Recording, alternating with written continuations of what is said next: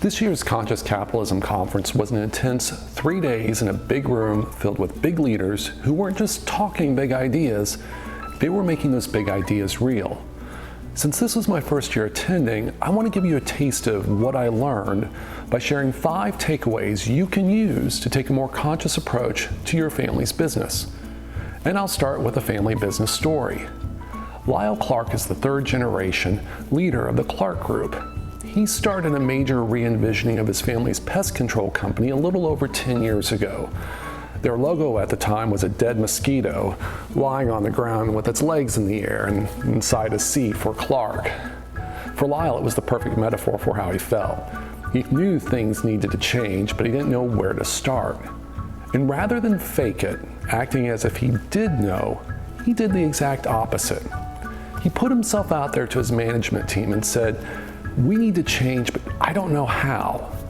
That courage to be vulnerable with his team began a conversation that resulted in Clark becoming not another pest control company, but a company dedicated to public health through the use of sustainable products and practices. So the first takeaway, be vulnerable with your team. Recognize that it's impossible to have all the answers. The world is just too complex anymore. Instead, be open with what you don't know and be willing to ask for help.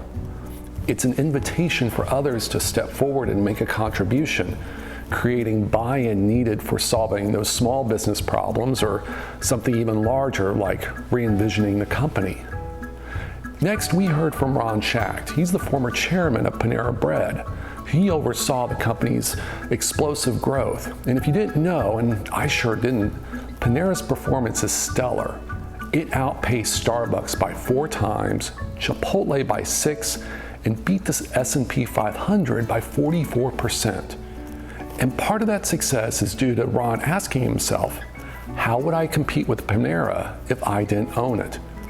It's the same question that you can ask yourself for your family's business. How would you compete with your company if you didn't own it? The third takeaway also came from Ron. One of the things he owed Panera's long-term success to was changing the business every 6 to 10 years. That can be really hard for some companies, especially family businesses. Respect for tradition, or this is the way we've always done it, can have a firm grip on the family business.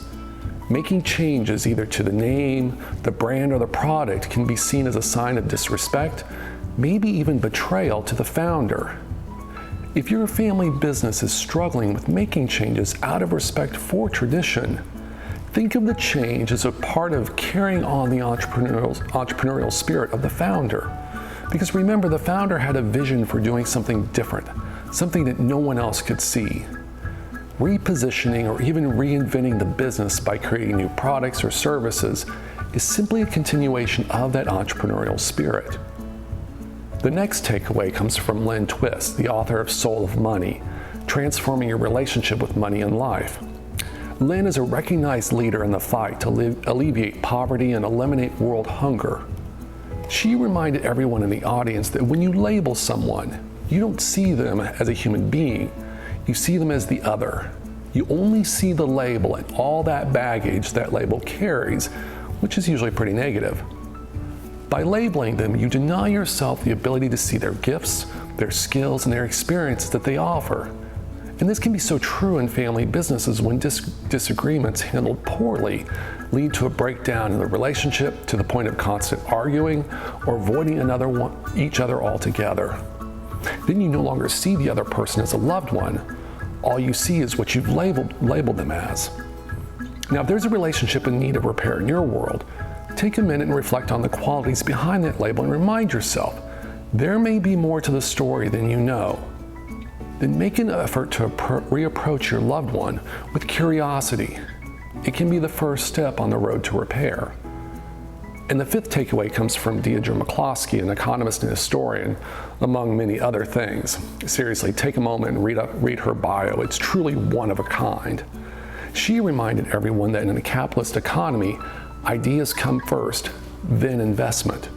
In other words, before you can invest, you must have an idea for what you're going to invest in. So ask yourself, what new ideas has your family business come up with recently that might lead to new opportunities? And I close with this notion of new ideas for a reason. Often you're swamped in the daily demands of running the family business.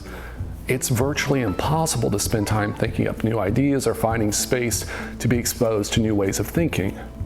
Conferences like this year's Conscious Capitalism conference are a great way to immerse yourself in something different, surrounded by different people. And this can help bring a fresh perspective to so many of the problems in your family business. So until next time, I wish you, your family, and your business the very best. Take care.